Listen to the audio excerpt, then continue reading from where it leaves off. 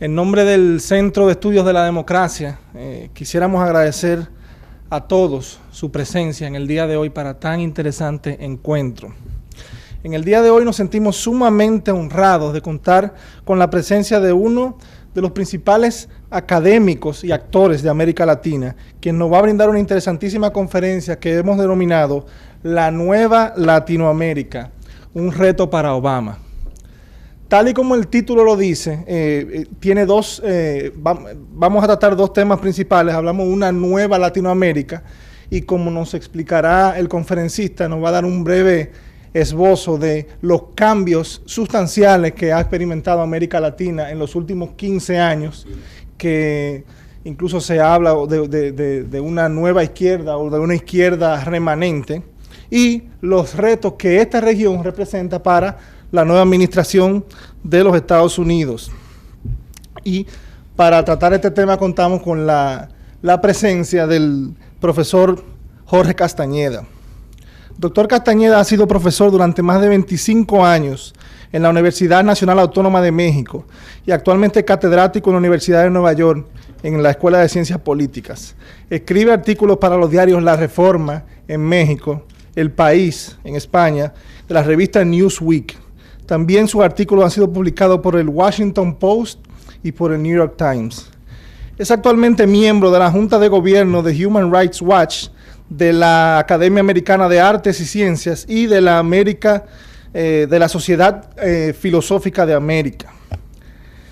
El profesor Castañeda ha escrito más de una docena de libros, entre los cuales me voy a permitir destacar algunos, como Somos Muchos, ex-mex mexicanos en los Estados Unidos, La Herencia, que estoy seguro que muchos de ustedes conocen, un interesantísimo libro que trata la sucesión presidencial en México.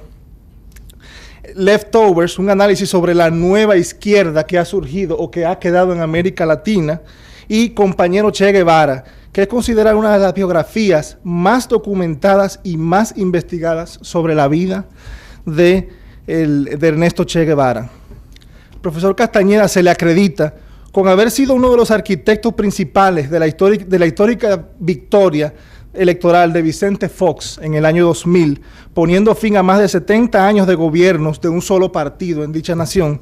También fue secretario, ministro de Relaciones Exteriores de México del periodo de 2000 al 2003. Posteriormente se postuló como candidato a la presidencia de los Estados Unidos mexicanos como candidato independiente. Y fíjense ustedes, bajo este esquema acumuló unos índices de popularidad sin precedentes en la historia de México para una persona sin una estructura partidaria ni una maquinaria política, como es la tradición en México. Como pueden ver ustedes, estamos frente a un personaje de mucha trascendencia en América Latina, un acabado intelectual muy conocedor de las realidades y de los desafíos que tiene América Latina. Es un inmenso honor para nosotros contar con la presencia del profesor Castañeda, y por eso me voy a permitir hacer unos agradecimientos para las personas que hicieron posible este anhelado encuentro. Debo de reconocer al arquitecto Joaquín Jerónimo por su desinteresado apoyo que nos brindó a los organizadores de esta conferencia, y de manera muy especial a Andrés Marrancini, cuyos esfuerzos son los principales responsables de que hoy contemos con la presencia de tan grata visita. Bueno, señores, no lo voy a seguir privando de lo que estoy seguro que será un auténtico deleite, una muy interesante conferencia. Con ustedes, el profesor Jorge Castañeda.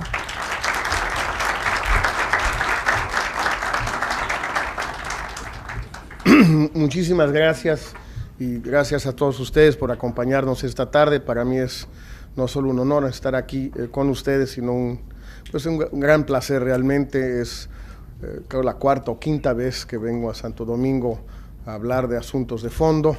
Me da mucho gusto reconocer rostros conocidos y amigos, tanto mexicanos como dominicanos, don Bernardo y demás.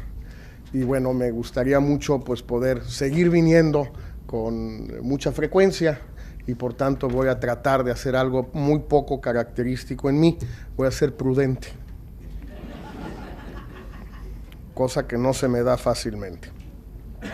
Lo primero que creo que vale la pena tratar de subrayar, como decía nuestro amigo, es que el presidente Barack Obama, tomó posesión hace apenas una semana, enfrenta muchos retos y uno de ellos es qué hacer frente a una América Latina que en muchos sentidos sí es distinta a la que, por ejemplo, conoció su predecesor en el año 2000 o incluso Bill Clinton en el 92. Y quisiera destacar algunos de los rasgos de estas características, entre comillas, nuevas, y digo comillas porque no son aplicables a todos los países al mismo tiempo. Para empezar, Barack Obama tiene ante sí una América Latina, con una sola excepción, plenamente democrática. Y esto es algo que se dice fácil, pero que en realidad a lo largo de ya 200 años de historia para muchos de nuestros países, los vamos a festejar el año que entra en México y en muchas otras naciones de la región, pues nunca habíamos vivido un periodo tan largo, tan continuo, de democracia representativa, vigente, consolidada y realmente cada vez más arraigada en nuestra región. En América Latina hoy, con poquísimas excepciones, el poder se conquista en las urnas y solo en las urnas. Y el poder se pierde en las urnas y solo en las urnas. Y esto es nuevo en nuestra región. Los más jóvenes quizás solo lo hayan estudiado, pero muchos de los que ya no estamos tan jóvenes como quisiéramos, lo recordamos a lo largo de muchos años en muchos países. Es América Latina entonces que va a encontrarse con el presidente Barack Obama, en todo caso en la Cumbre de las Américas en Trinidad y Tobago a finales de abril. Esa es una América Latina plenamente democrática. Que esta democracia reviste todavía muchísimas deficiencias es innegable. El respeto a los derechos humanos podría ser mucho más profundo, más constante, más extenso. La calidad de nuestros sistemas electorales podría mejorar mucho, sobre todo a nivel local. Una cosa son las elecciones federales en muchos países, otra cosa son las elecciones estatales o municipales en esos mismos países o en otros. A veces la división de poderes que tenemos a raíz del sistema político que le calcamos a los norteamericanos hace 200 años, no sé ustedes aquí en Dominicana, nosotros en México tenemos la costumbre de copiarles a los Estados Unidos lo que no nos sirve y de no copiarles lo que sí nos sirve. No sé ustedes cómo le hagan, pero nosotros en México le hacemos así. Bueno, es nuestra especialidad. Embajador, dije que iba a ser prudente para Dominicana, no para México. Bueno, conste, embajador. Pero realmente la situación que vivimos en esta materia en la región es una situación absolutamente inédita por su extensión a todos los países, por su duración. Ya no es un breve periodo, 6 años, 10 años, 15 años. Estamos hablando ya de un cuarto de siglo prácticamente desde que la inmensa mayoría de los países de la región pasaron a lo que podemos llamar, sin mayores temores, una democracia representativa con todas las insuficiencias o defectos que ustedes quieran. Una segunda característica con la que se va a encontrar Barack Obama es que hasta antes de la crisis actual, es decir, hasta hace 6 meses, América Latina había pasado por el periodo más largo y de mayor crecimiento económico que habíamos visto desde los años 70.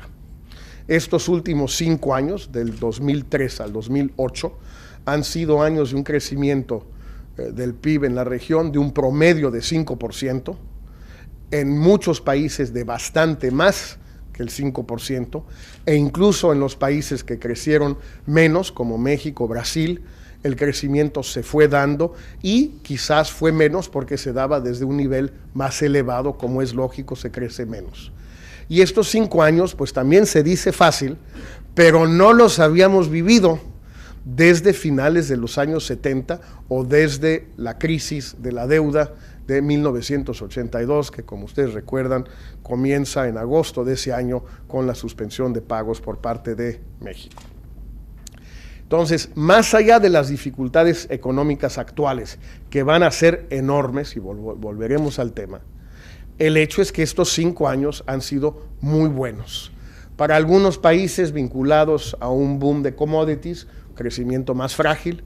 Para otros países un crecimiento elevado, pero difícilmente sostenible. Quizás el caso de Brasil, que no es exclusivamente de commodities. Para otros países un crecimiento mediano, algunos podrían decir mediocre, pero sostenido, como el caso de México. Pero el hecho es que hemos tenido estos 5 años de expansión que en el peor de los casos nos permiten afrontar la crisis actual en mejores condiciones que si no los hubiéramos tenido, si no hubiéramos disfrutado de esos 5 años. Y este es un tema muy importante.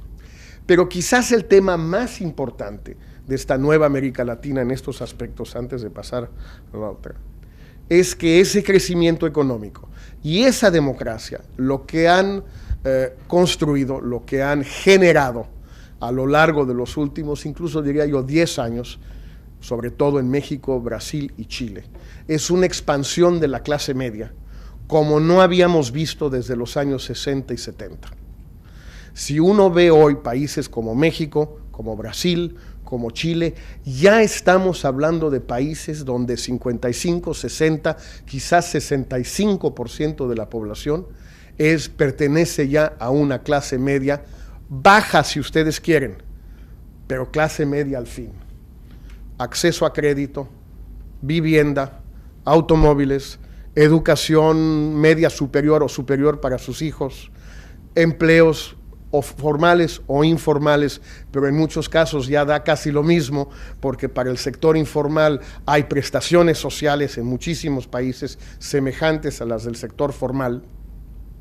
Posibilidad de tomar vacaciones, posibilidad de viajar, posibilidades de tener acceso a productos, no diría yo suntuarios, pero casi suntuarios, televisiones, refrigeradoras, lavadoras, etcétera, etcétera, etcétera. Y esto es algo también nuevo. No habíamos visto una expansión de la clase media latinoamericana de este orden desde los años 70, 60 y 70. Estamos hablando, insisto, ya de países, no todos ellos, pero muchos, que prácticamente son países de clase media.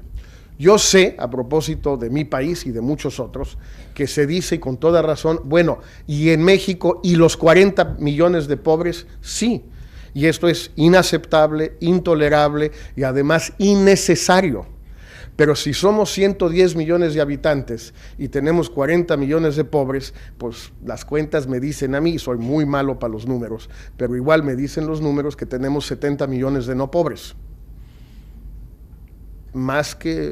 Somos más que Francia, más que España, más que Italia. Y Brasil, más todavía. En Brasil hay un país, dentro de Brasil, hay un país de 120 millones de personas con un nivel de consumo de clase media, que de nuevo se dice fácil, pero son 120 millones.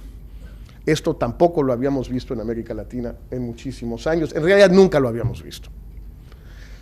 ¿Qué es lo que pasa como resultado de todo esto? Hemos visto a lo largo de estos últimos, yo diría, pues 15 años para ser, digamos, lo más entre 15 y 20 años, que en los países que más éxito han tenido, Chile, Brasil, México, Colombia quizás, no iría mucho más lejos, Dominicana, Uruguay, lo que hemos visto es que los parámetros básicos de gobierno son muy parecidos. Unos se autodenominan gobiernos de izquierda, otros se autodenominan gobiernos conservadores, otros se autodenominan ni de izquierda ni de derecha, sino todo lo contrario, como decía el presidente Echeverría en México, me estoy refiriendo a él nada más, por supuesto. Pero el hecho es que sus políticas concretas se parecen enormemente. Yo reto a cualquier analista, digamos, desinteresado a que me encuentre las grandes diferencias entre la política económica, social e internacional del presidente Fernando Henrique Cardoso en Brasil entre el 92 y el 2000, entre el 94 y el 2002, y las del presidente Lula entre el 2002 y ahora el 2008. Son idénticas. Lo mismo se puede decir de Chile y la Concertación, cuando tenían presidentes de la DC o los dos presidentes socialistas que han tenido. Prácticamente lo mismo se puede decir del Uruguay, incluso ahora con el Frente Amplio, prácticamente lo mismo se puede decir de Colombia, y creo que con un breve interregno muchos se puede decir lo mismo aquí de República Dominicana. ¿Estas políticas cuáles son? Pues son políticas macroeconómicas ortodoxas, son políticas sociales cada vez más de microsintonía con la asistencia condicionada a las madres de familia, a condición de que lleven a los niños a la escuela, que lleven a los niños a la clínica para sus vacunas, etcétera, que efectivamente reduce la pobreza y trata de cercenar la transferencia de la pobreza de manera intergeneracional. Políticas internacionales sensatas, sin estridencias, sin griteríos, a veces de acuerdo con Estados Unidos, a veces no. Chile y México se opusieron a una enorme presión de Estados Unidos en lo que fue quizás lo que más le importó a Estados Unidos en su relación con América Latina en muchísimos años, a saber el apoyo de México y Chile en el Consejo de Seguridad de la ONU a propósito de la invasión de Irak. Los dos países dijeron que no, y sin embargo mantuvieron una excelente relación anterior y posterior con Estados Unidos. El presidente Lula pasó un fin de semana en Campo David con George Bush, ¿quién lo hubiera pensado? Y el presidente Bush fue 2 veces a Brasil, y una de ellas a casa del presidente, la casa personal, la residencia personal, no la alborada, la casa personal del presidente Lula en Brasilia. Ahora bien, estos gobiernos no son la totalidad de los gobiernos de América Latina. Y es cierto que también han surgido otros gobiernos en América Latina en estos años, producto también de la democracia, producto probablemente de la mejora económica que ha habido en estos años, pero producto también de cierta desesperación por parte de la población que dice, sí, las cosas van bien, pero yo quiero que vayan mejor. Tendrían que ir mejor, y ahora que tengo la posibilidad de expresar, de manifestar mi descontento de por qué que las cosas no van como yo quisiera que fueran, entonces ahora voy a votar de otro modo. Y en efecto tenemos el otro camino que ahí está, que es el camino del presidente Chávez, el camino del presidente Morales, el camino del presidente Correa, el camino aparentemente por la junta de hoy de Belém, del presidente Lugo de Paraguay, en caso de ganar Mauricio Funes las elecciones en El Salvador el mes que entra, dentro de 2 meses, el camino del FMLN en El Salvador, es otro camino en el sentido de que uno, no siguen las políticas macroeconómicas ortodoxas, al contrario, tratan de erigirse en adversarios explícitos de las mismas. 2, hay una tendencia, una tentación, quizás sea el término más preciso, autoritaria. No una deriva clara y sistemática, pero sí una tentación autoritaria que vemos muy claramente en varios de estos países. Hay una estridencia antinorteamericana que llega a veces a lo chusco, por simpático que sea, en fin, de eso de lo del diablo y huele a azufre. Aquí no huele a azufre, por cierto, pero en fin. Sí, a veces es divertido el presidente Chávez en sus cosas, no se le puede tampoco reclamar constantemente su falta de sentido del humor, tiene un muy buen sentido del humor. Claro, si yo fuera George Bush quizás no me parecería tan simpático su sentido del humor, pero bueno. Lo que sí es cierto es que en el fondo hay una estridencia antinorteamericana muy real y políticas antiamericanas. No se limita a la mera retórica, son políticas reales. Aquí es donde las cosas empiezan a complicarse para el presidente Obama. ¿Por qué? Pues porque el periodo de crecimiento económico terminó y probablemente no vuelva durante 2, 3, 4 años. sobre todo para aquellos países o bien que dependían muchísimo del boom de commodities, Argentina, Perú, en menor medida Colombia, que realmente estaban totalmente centrados su crecimiento en el boom de commodities, para los países muy integrados Estados Unidos.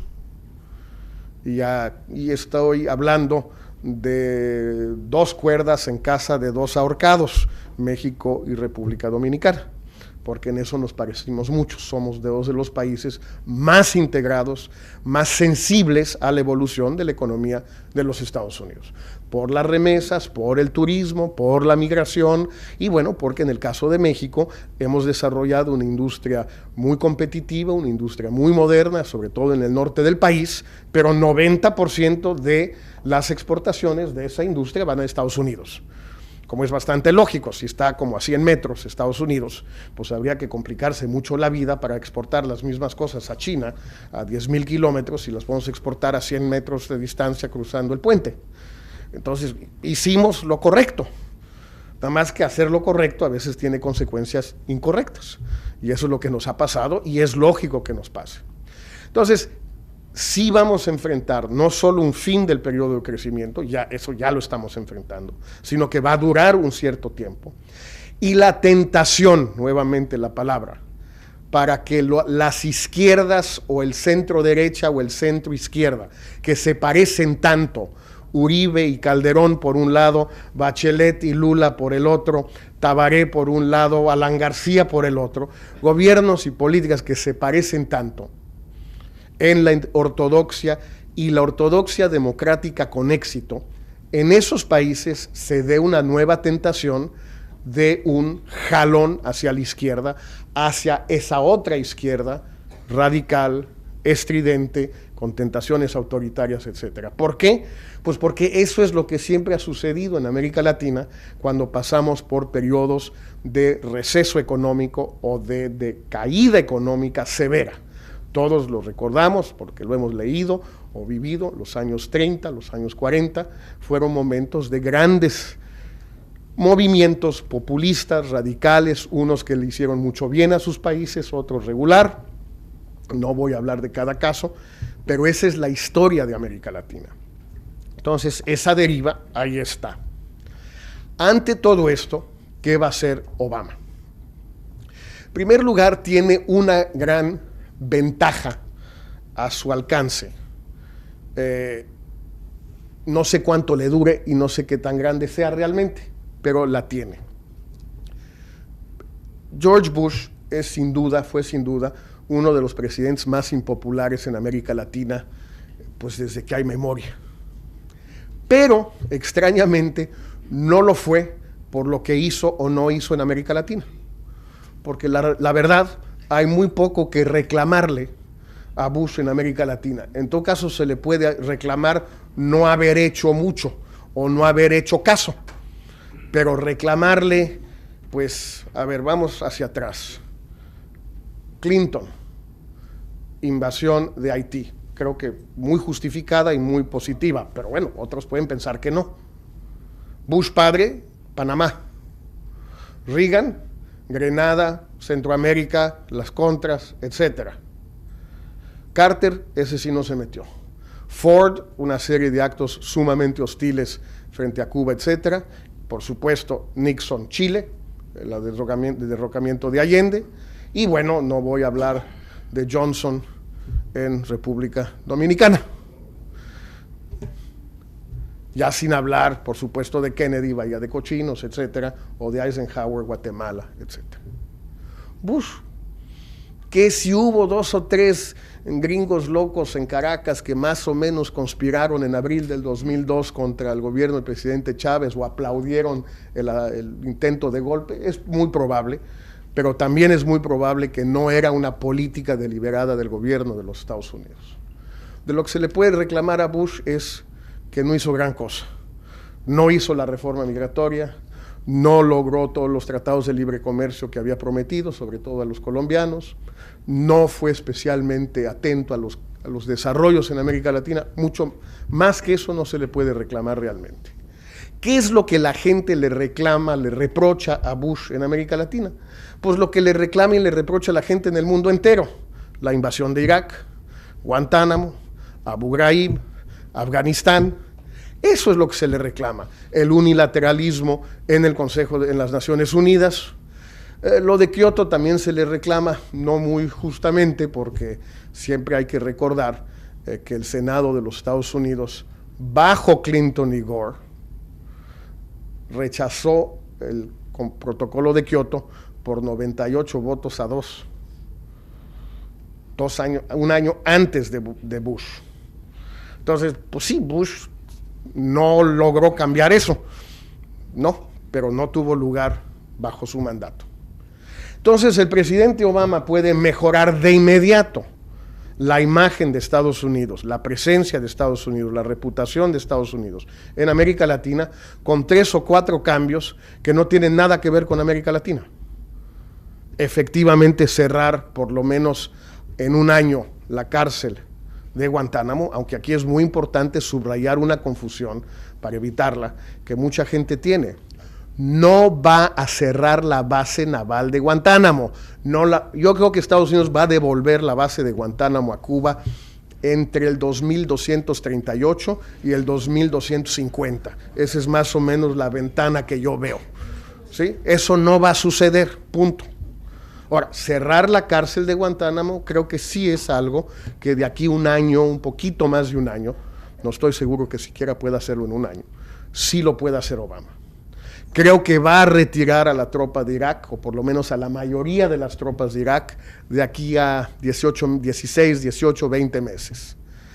Va a tratar de llegar a un entendimiento con Irán, dudo que lo pueda lograr, pero va a tratar. Y sí va a tratar de actuar con Naciones Unidas lo más posible, en lugar de contra Naciones Unidas.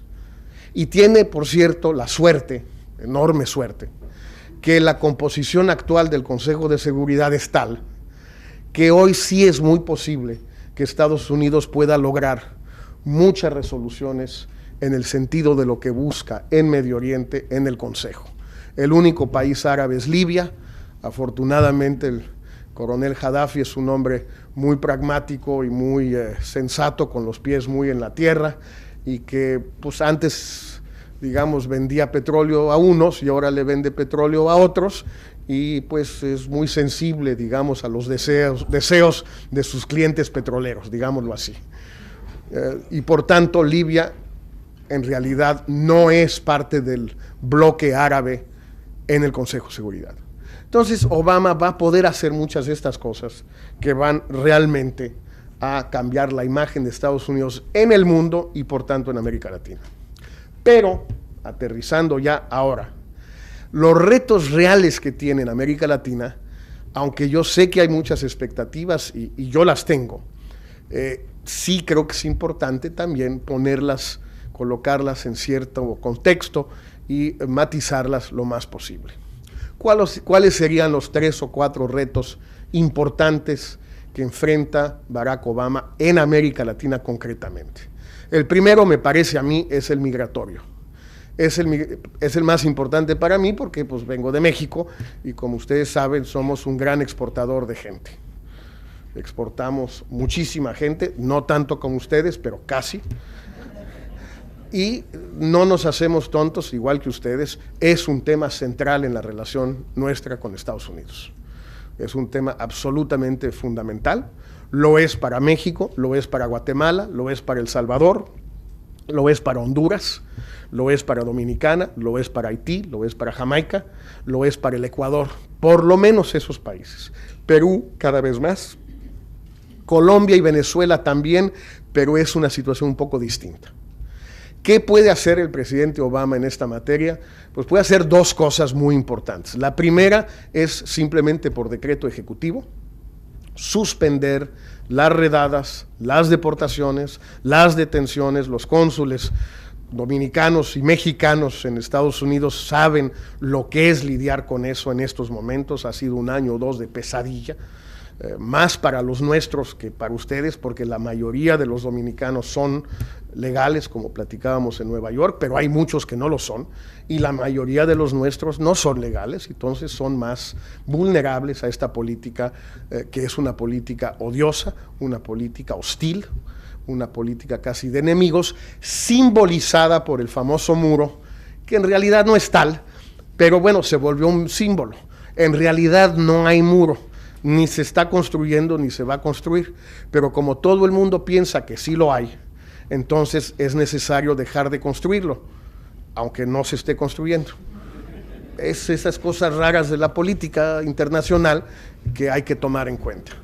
Todo esto lo puede hacer Obama ya, y hay mucha gente que lo ha estado presionando para que lo haga. Tuve la oportunidad de conversar con quien es hoy ya el político latino más importante de Estados Unidos, después de pues la caída en desgracia relativa de Bill Richardson, que es Antonio Villarraigosa, el alcalde de Los Ángeles, y él me dijo hace 4 días que le ha insistido mucho a Obama: tienes que suspender esto ya, y lo puede hacer. Y lo segundo que tiene que hacer en materia migratoria es enviar lo más pronto posible, en un año, no más de año y medio, una reforma migratoria integral al Congreso, liderada por su rival John McCain, donde nadie pueda acusarlo de que es una reforma demócrata, donde tenga todo el prestigio y toda la fuerza del senador McCain a su favor, y que realmente ya transforme la situación migratoria de lo que ya son casi 15 millones de personas, de las cuales 80% son latinoamericanos y 60% son mexicanos, en situación irregular en los Estados Unidos. ¿Lo va a hacer? No sé. Ojalá sí. Entiendo que tiene muchas otras cosas que hacer, pero para cada una de las otras cosas se puede sostener la misma tesis, a saber que hay muchas otras cosas que hacer. La reforma del sistema de salud, sacar al país de la crisis económica en la que vive, reformar el sistema hipotecario. Todas esas cosas son enormes retos, y para cada una de ellas se puede decir: no, mejor esperamos a que suceda esto o lo otro. Yo no sé cuándo vaya a ser todo esto, pero espero que lo haga pronto.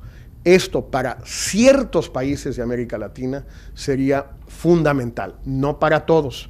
A Brasil esto le da más o menos lo mismo, a la Argentina le da más o menos lo mismo, a Chile le da más o menos lo mismo, pero a los demás no. Es un primer tema. Un segundo muy importante tiene que ver con la cuestión pendiente de comercio.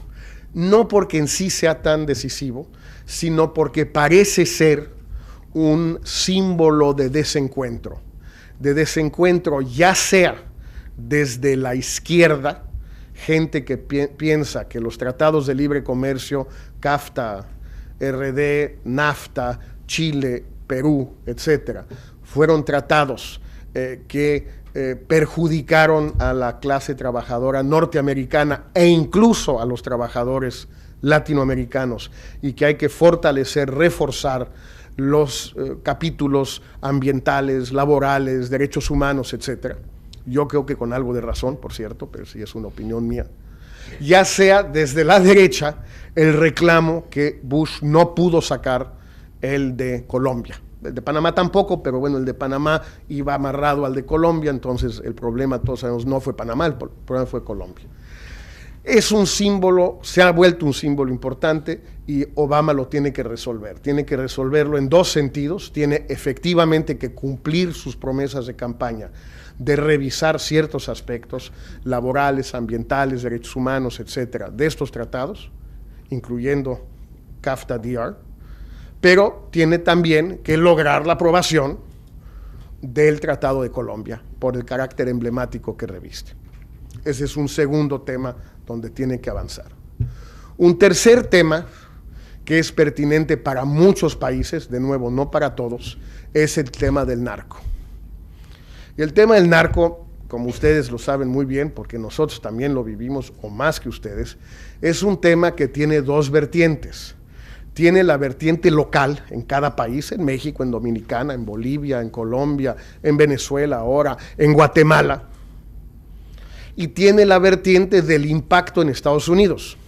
El presidente Uribe de Colombia ha logrado un verdadero milagro.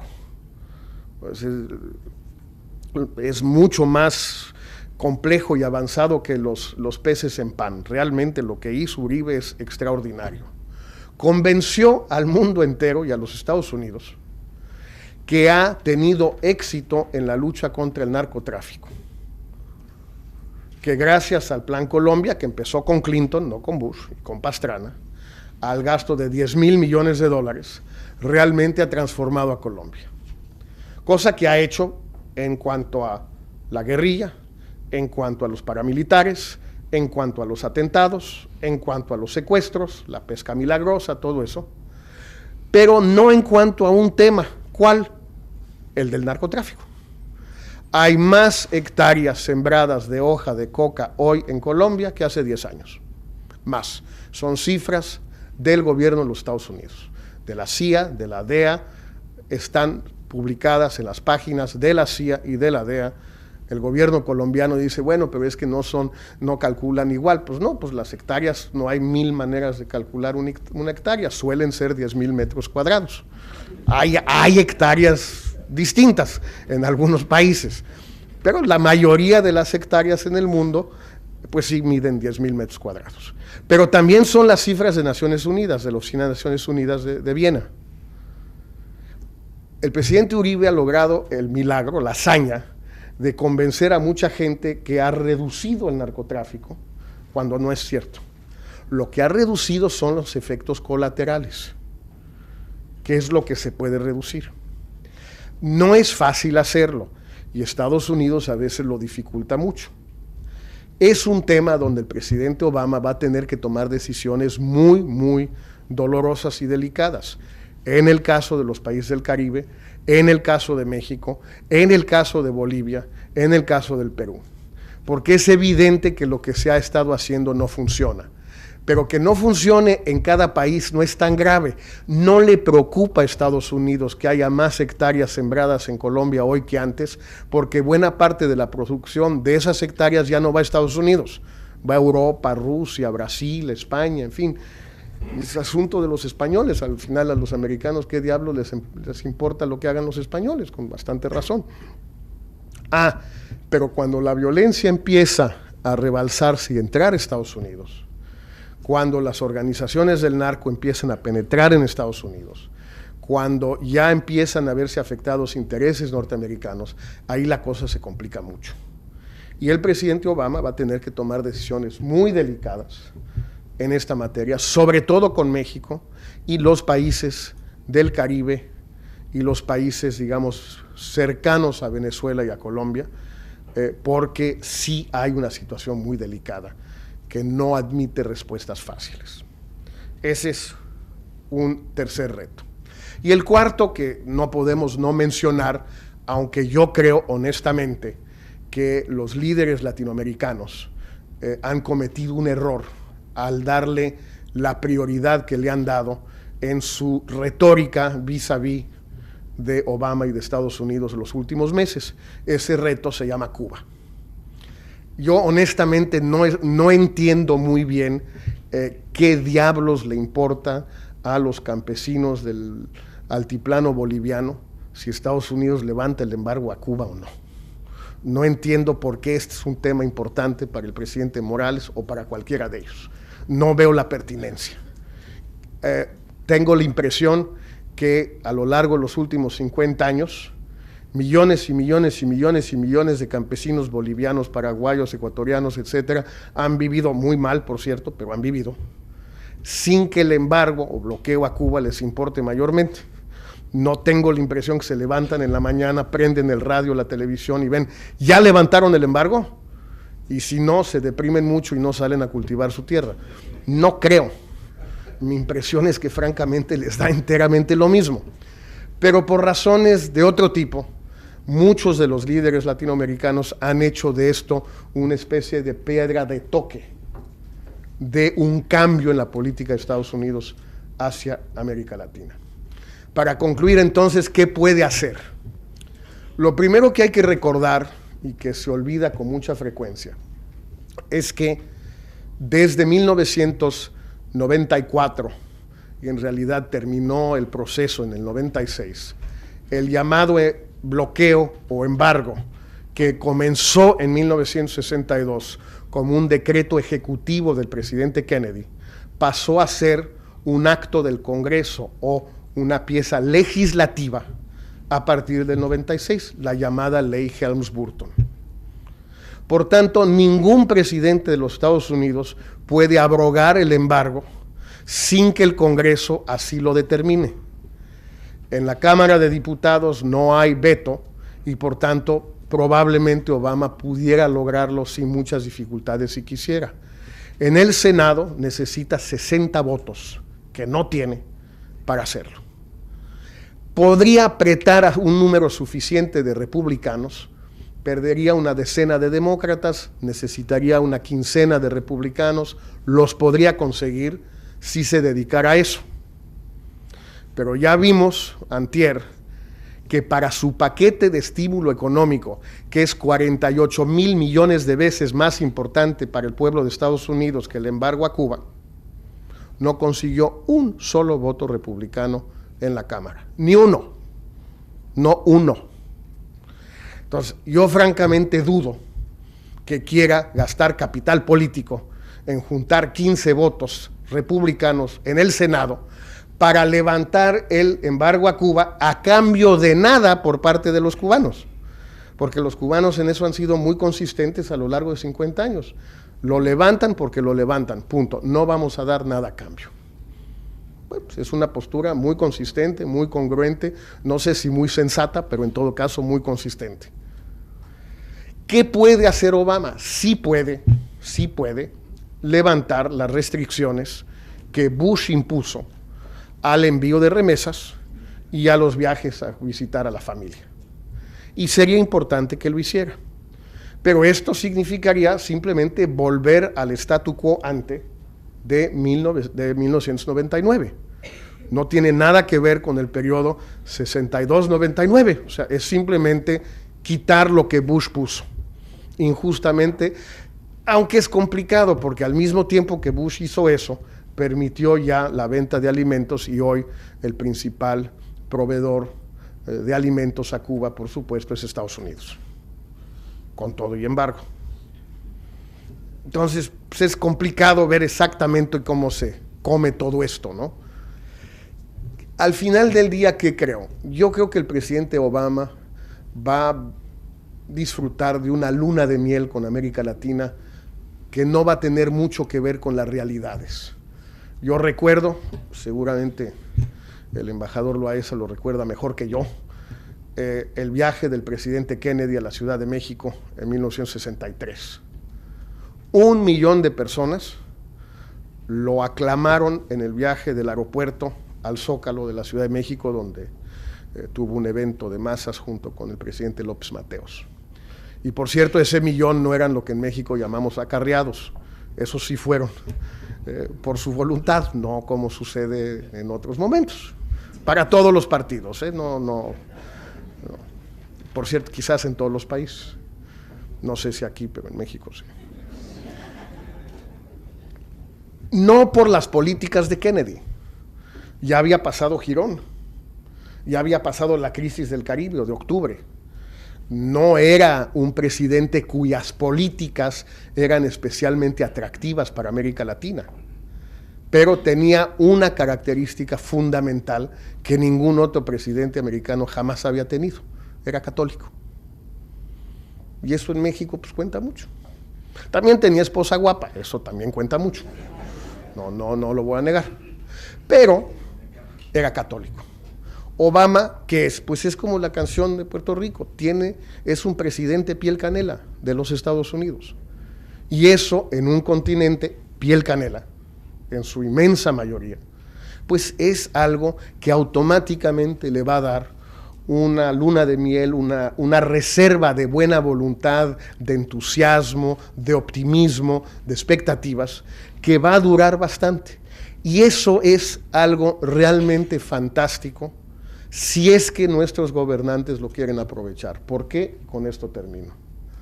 Porque lo más difícil para cualquier gobernante serio de América Latina es cómo hacerle para ser amigo de Estados Unidos sin tener problemas políticos internos. Todos los gobernantes saben que se tienen que entender con Estados Unidos, porque la gama de temas en la agenda es tan amplia, tan compleja, y esto no es solo cierto para Dominicana o México, es para todos, que a fuerza nos tenemos que entender con ellos. Pero también saben los gobernantes que hay una parte importante de la opinión pública de cada país que es muy antiamericana. En unos países es más pequeña, en otros países más grande, cambia por épocas, cambia por presidentes, cambia por lo que ustedes quieran. Entonces, que tengamos por primera vez desde Carter, pero fue una pequeña ventana, y sobre todo desde Kennedy, que fue más pequeña, un presidente de Estados Unidos, bien visto por la opinión pública latinoamericana, le ofrece una magnífica oportunidad a nuestros gobernantes para que se entiendan con Estados Unidos, para que logren los acuerdos que cuestan. No hay acuerdos que no cuesten, de esos no hay, ojalá hubiera, pues de esos no hay tienda donde se venda eso, donde se pueda comprar, donde ellos dan todo y nosotros no damos nada. Esa tienda no existe.